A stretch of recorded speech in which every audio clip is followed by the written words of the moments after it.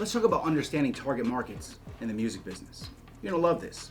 One of the most common things that a manager does is promote and sell the artist's music to people who are willing to buy music, to buy tickets, to get to those shows, to stream your music. So they're pitching you to everybody. Now, this means that a lot of marketing is going on, even when you're not thinking about it like that. And the artist must always know what makes people buy their music or buy into them, especially in the genre that you're in. They're all slightly different, okay? Now, you also need to be able to utilize that information to change your career's plan along the path that you're on.